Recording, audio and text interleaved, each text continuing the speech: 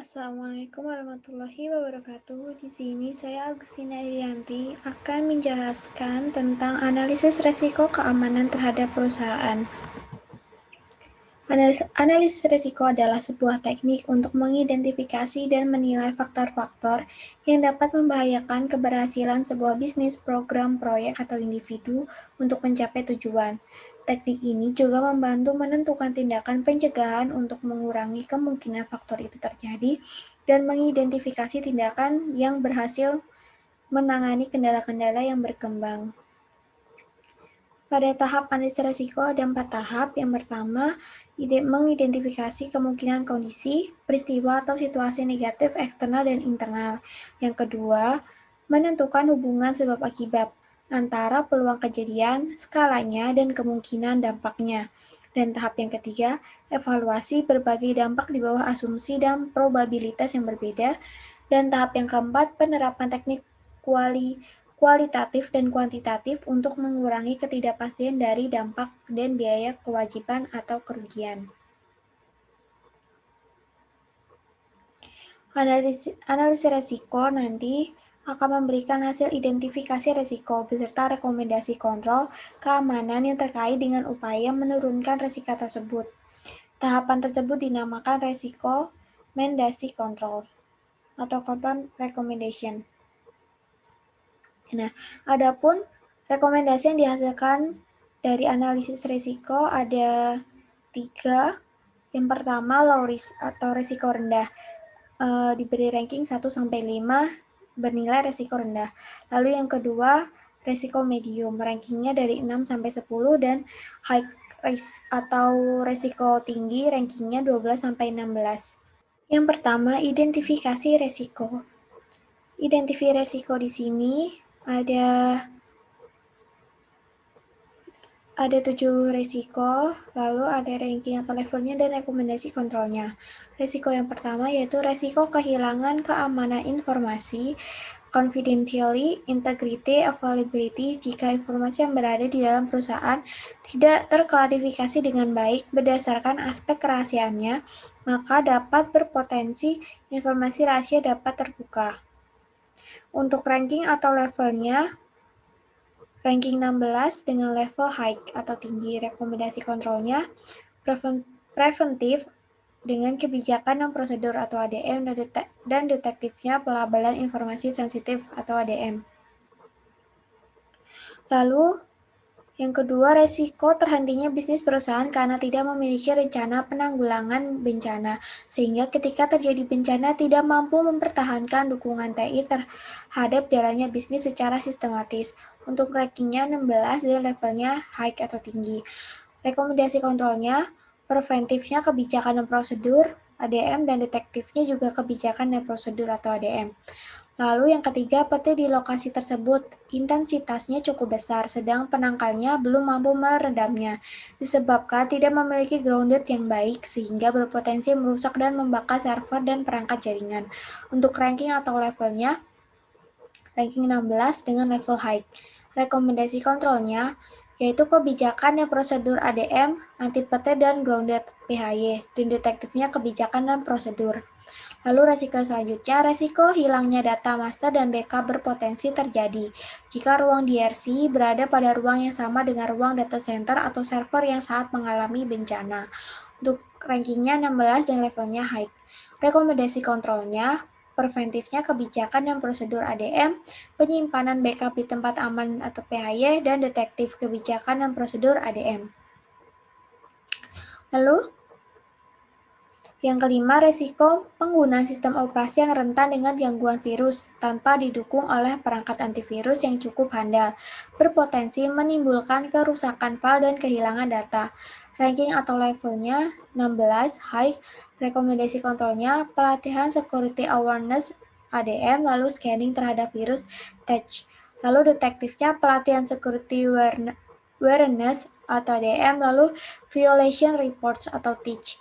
Lalu firewall diletakkan di sisi luar DMZ terhadap jaringan luas internet dan tidak memiliki firewall lainnya di sisi dalam DMZ terhadap jaringan lokal internal, sehingga berpotensi server menjadi terbuka dari serangan yang berasal dari jaringan internal. rankingnya 12, levelnya high. Lalu rekomendasi kontrolnya, preventifnya kebijakan dan prosedur ADM, lalu firewall PHY. Detektifnya kebijakan dan prosedur ADM dan intrusion detection system atau TIC. Lalu resiko selanjutnya yaitu file sistem backup gagal saat di-restore. Maka berpotensi jika terjadi kehilangan data pada sistem utama, maka hasil backup tidak dapat di-restore sehingga harus mengentry ulang berdasarkan core menua. Ranking atau levelnya 12 high. Preventifnya yaitu kebijakan dan prosedur ADM, penyimpanan backup di tempat yang aman PHY. Detektifnya sharing responsibilities ADM. Yang kedua, ancaman dan kerawanan. Ancaman dan kerawanan kelemahan dapat menggambarkan risiko yang berpotensi diterima oleh perusahaan berdasarkan aset-aset TI yang bernilai pada tahap penilaian risiko tadi atau risk assessment, maka dapat dihasilkan informasi kerawanan atau kelemahan dan ancaman. Ancaman dan kerawanan kelemahan dapat menggambarkan risiko yang berpotensi diterima oleh perusahaan berdasarkan aset-aset TI tadi.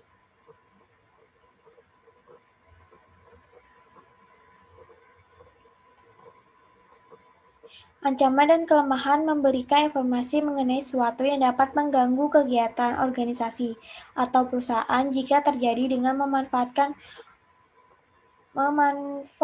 potensi kegagalan atau kelemahan yang dimiliki oleh perusahaan. Perlu diketahui sumber ancaman dan kelemahan tersebut. Selanjutnya, perlu ditemukan kontrol untuk menurunkan risiko dari ancaman dan kelemahan tersebut serta prioritas penyelesaiannya. Ini adalah tabel ancaman dan kerawanannya. Yang pertama, tentang kerentanan atau kerawanan, informasi yang berada di dalam perusahaan tidak terkualifikasi dengan baik berdasarkan aspek kerahasiaannya, maka dapat berpotensi informasi rahasia dapat terbuka. Ancamannya, informasi yang akan keluar dari perusahaan harus terklarifikasi dan dilabelkan berdasarkan sensitivitas. Jika tidak, maka informasi tersebut menjadi tidak berpotensi secara baik, menyebabkan hilangnya kerahasiaan informasi.